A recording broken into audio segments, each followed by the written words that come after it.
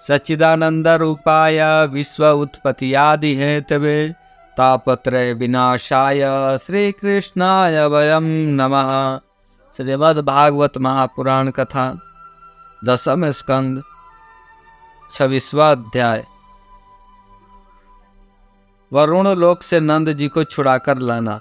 श्री सुखदेव जी कहते हैं, परीक्षित, नंद बाबा ने कार्तिक शुक्ल पक्ष एकादशी का उपवास किया और भगवान की पूजा की तथा उसी दिन रात में द्वादशी लगने पर स्नान करने के लिए यमुना जल में प्रवेश किया। नंद बाबा को यह मालूम नहीं था कि यह असुरों की बेला है, इसलिए वे रात के समय ही यमुना जल में घुस गए। उस समय वरुण के सेवक एक असुर ने उन्हें पकड़ लिया और वह अपने स्वामी के पास ले गया। नंद बाबा के खो जाने से ब्रज के सारे गोप, श्री कृष्ण अब तुम ही अपने पिता को ला सकते हो बलराम, अब तुम्हारा ही भरोसा है, इस प्रकार कहते हुए रोने पिटने लगे। भगवान श्री कृष्ण सर्वशक्तिमान है एवं सदा से ही अपने भक्तों का भय भगाते आए हैं। जब उन्होंने ब्रजवासियों को रोना पीटना सुना और यह जाना कि पिताजी को वरुण का कोई सेवक ले गया है, तब वे वरुण जी के पास गए। जब लोकपाल वरुण ने देखा कि समस्त जगत के प्रवर्तक भगवान श्री कृष्ण स्वयं ही उनके यहाँ पधारे हैं, तब उन्होंने उनकी बहुत बड़ी पूजा की। भगवान के दर्शन से उनका रोम रोम आनंद से खिल उठा। इसके बाद उन्होंने भगवान से निवेदित किया। वरुण जी ने कहा, प्रभु, आज मेरा शरीर धारण करना सफल हुआ। आज मुझे संपूर्ण पुरुषार्थ प्राप्त हो गया, क्योंकि आज मुझे आपके चरणों की सेवा का शुभ अवसर प्राप्त हुआ है। भगवान, जिन्हें भी आपके चरण कमलों की सेवा का सुअवसर मिला, वे भव सागर से पार हो गए। आप भक्तों के भगवान, वेदांतियों के ब्रह्म, योगियों के परमात्मा हैं। आपके स्वरूप में विभिन्न लोक सृष्टियों की कल्पना करने वाली माया नहीं है, ऐसा श्रुति कहती है। मैं आपको नमस्कार करता हूँ। प्रभु, मेरा यह सेवक बड़ा मूढ़ और अनजान है, वह अपने कर्तव्य को भी नहीं जानता। वही आपके पिताजी को ले आया है, आप कृपा करके उसका अपराध क्षमा कीजिए। गोविंद, मैं जानता हूँ कि आप अपने पिताजी के प्रति बड़ा प्रेम भाव रखते हैं। ये आपके पिता हैं, इन्हें आप ले जाइए। परंतु भगवान, आप सबके अंतर्यामी, सबके साक्षी है, इसलिए विश्व मोहन श्री कृष्ण, आप मुझ दास पर कृपा कीजिए।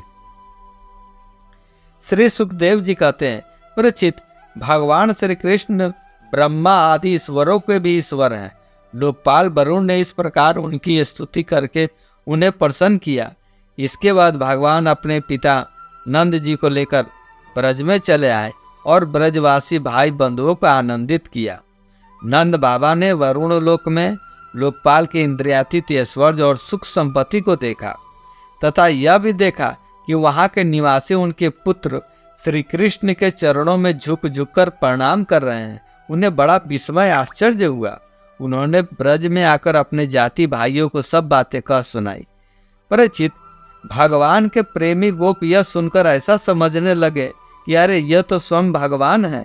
तब उन्होंने मन ही मन बड़ी उत्सुकता से विचार किया कि क्या कभी जगदीश्वर भगवान श्री कृष्ण हम लोगों को भी अपना वह मायातीत स्वधाम, जहाँ केवल इनके प्रेमी भक्त ही जा सकते हैं, दिखलाएंगे।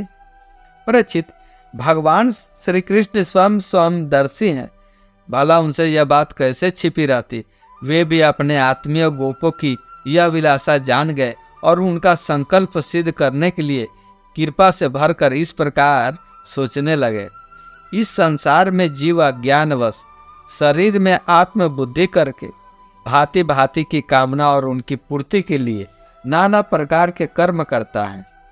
फिर उनके फल स्वरूप देवता, मनुष्य, पशु, पक्षी आदि ऊंची नीची योनियों में भटकता फिरता है।